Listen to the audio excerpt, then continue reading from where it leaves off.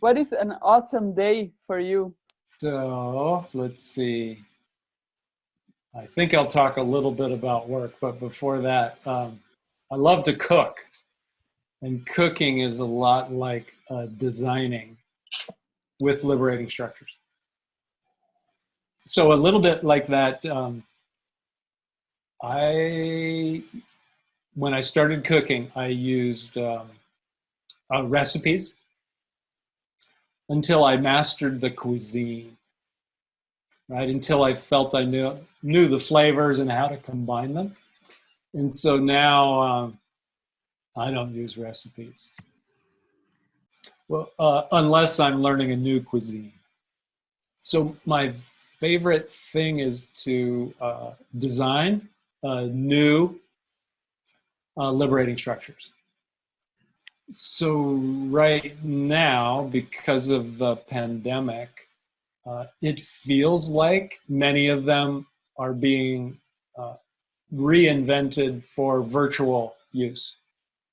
So that's really fun. It's super, keeps me paying attention, keeps me happy to have a challenge of translating the work into virtual interaction.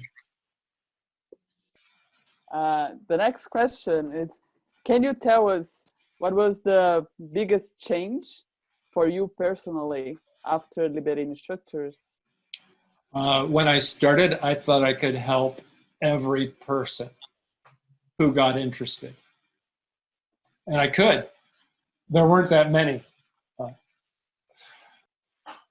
So I had to give that up as soon as liberating structures started to spread around the world and in different domains. So that's the hardest thing to give up is I still work with individual people to learn the repertoire, but I can't keep up with all the places in the world in which it's being used. So I feel, I don't know, distant from people, more distant. That's the hardest thing. It's called letting go of control. Okay, there it is. I'm keeping score of when Henry speaks, and that's 1, 2, 3. And just to put a point on it, because Henry brought it up, if there was a bottle of control, I would drink it. I think everyone, if control worked, if it got you the results you wanted, everyone would be an alcoholic. But it doesn't work. It just doesn't work. Get over it. Okay, there has to be a more serious question that I can. Yeah, there's another question. It's what do you mean by below the waterline and how to get there? And so first I'm going to talk about a little bit that you asked me to do. Okay. Yeah, please. So okay. What means by below the waterline? Yeah. So Henry and I had in mind something that was plug and play. Is that an expression, like a technology? Yes. You just plug and play. And so is that enough? No. And as we were developing a repertoire over 10, 12 years, one after another. And at one point, one of our person using them said, well, how do they all fit together? You must have principles. How do you guide behavior? These aren't just, they can't just be by themselves. There has to be something that guides your thinking and how you work with them. What is it? He shamed us into writing down principles. We had them. They were just very difficult to make explicit. And they were very much based in complexity science, which is a very different set of assumptions about how the world works. So even below the principles, because we were writing the book, we also had to discover the DNA.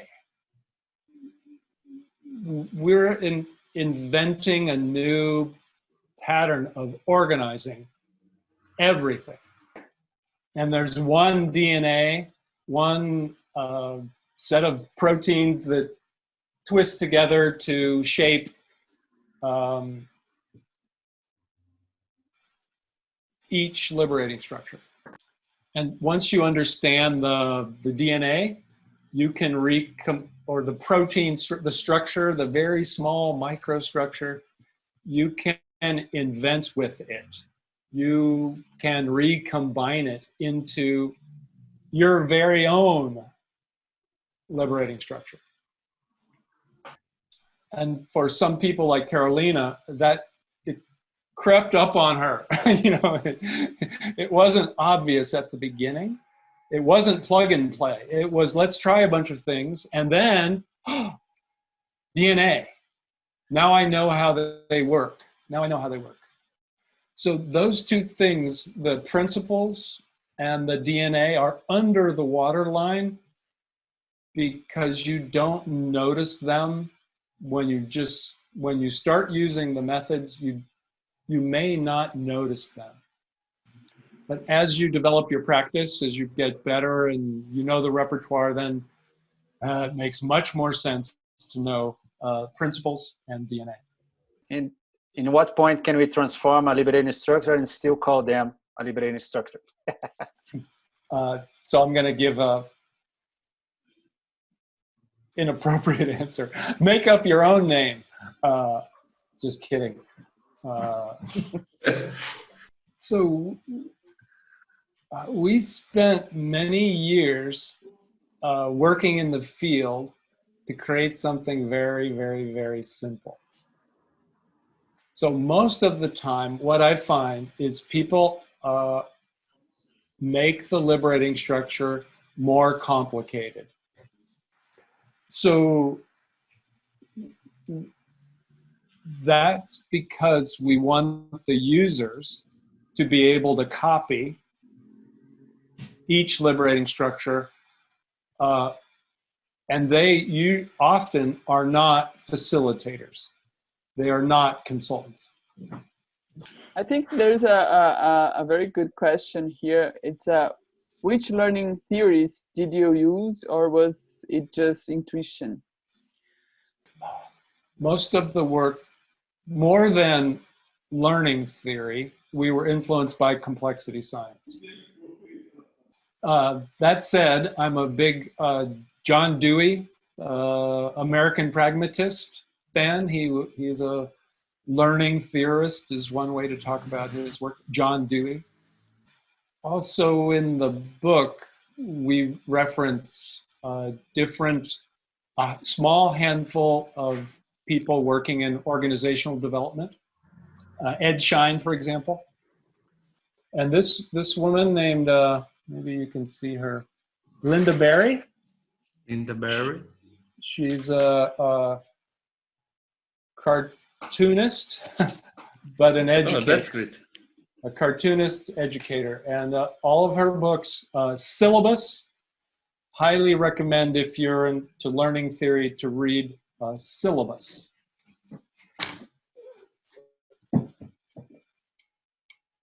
Unflattening.